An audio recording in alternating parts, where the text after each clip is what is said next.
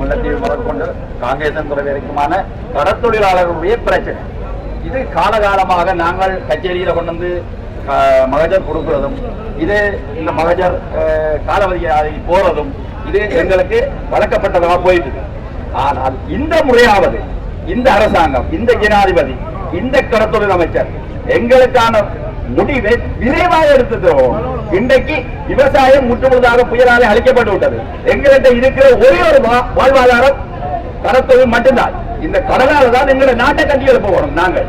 அப்ப இன்னொரு நாடு வந்து எங்களை வளங்களை அள்ளி விட்டால் நாங்கள் 1000 போய் சொல்ற இந்த வளங்கள் நாங்கள் காப்பாற்றணும். நீங்க போடுற பருப்பரிசி சீனியாலும் எங்க நாட்டை கட்டி எழுப்ப முடியாது. எத்தனை நாடு சேர்ந்தாலும் எங்க நாட்டை கட்டி எழுப்ப முடியாது.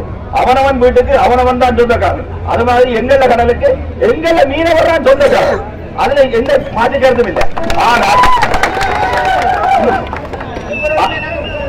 எங்கள கடல் எங்கள சொத்து இது எல்லாருக்கும் அறிய வரும். மற்றது இந்தியாவினுடைய உச்ச நீதிமன்றமே அவைக்கு 12 கிலோமீட்டர் எல்லாம் தாண்டி தான் தொழிற்சி அந்த நாட்டுக்கு போட்டால், ஏன்னா எங்க நாட்டுக்கு அந்த சட்டம் செல்லாதோ?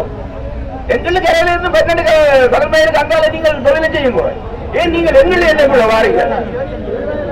சாதாரண விஷயம் அதுதான். இப்ப ஒரு எல்லைக்குள்ள 12 கிலோமீட்டருக்கு அங்காலதான் தொழிற்சி செய்யணும், விதவடி போடணும், இறக்கிறது அது அந்த எல்லையிலே இருந்து. அப்ப இந்தியால போயிருக்கல உங்களுக்கு தெரியும். இன்றைக்கு இதுல இந்த போன்லயே இருக்குது, முல்லைத்தீவில இருந்து போட்டிருக்குது. கடல்ல ஃபுல்லா வெளிச்சம், ரோலர் வெளிச்சம், கட்டக்காடு போட்டிருக்கு ஃபுல்லா வெளிச்சம். இந்த பரவராட்சி கிழக்கு எல்லாம் பரத்துறை எல்லாம் கரையில கண்டு கரையில் அடிக்கிறதுக்குதா வீடியோ போடுவீங்க. இந்த தீவு பகுதி எல்லாமே இன்றைக்கு எங்கட கடல் வளம் ஒன்றுதான் எங்கள மக்களை காப்பாற்றுறதுக்காக இருக்கிற ஒரே ஒரு சொத்து. இந்த சொத்துல கை வைக்க கூடாது. இனி கை வைச்சால் இனிமேல் நாங்கள் நடவடிக்கைக்கு இறங்க வேண்டிய ஒரு கட்டாயத்துக்கு தள்ளப்படுவோம். ஏன்னா போரும் கடல் யுத்தமும் எங்களை தாங்களாத்தான் ரோட்டுக்கு கொண்டு வருது. எல்லாமே எங்களுக்கு தான் கொண்டு வருது ரோட்டுக்கு.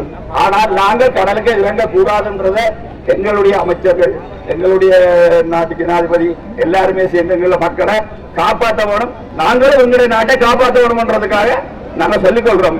இனியும் திருப்பி மகஜர் கொடுக்கிறதும் இந்த ரோட்ல இறங்கி போராடுறதும் ஒரு இன்றைக்கு அத்தனை தொழிலாளியும் தொழிலை விட்டுட்டு வந்திருக்காங்க. வீட்டில எப்படி சமையல் இருக்குன்னு யாருக்கு தெரியும்? யோசிச்சு பாருங்க. புயல் வந்தாலும் எங்களுக்கு நிவாரணம் கிடையாது, பறவை போகாட்டாலும் காத்தடிச்சாலும் நிவாரணம் கிடையாது. இந்த நிலையில இந்த கடற்தொழிலாளி வாழ்ந்து கொண்டிருக்கிறாங்க.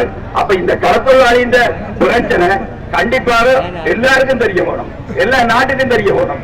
எங்களுடைய வளத்தை எவனுமே சுரண்டக்கூடாதுன்றதை நான் ஆணித்தரமாக இந்த இடத்துல சொல்லி விரும்புகிறேன். நன்றி.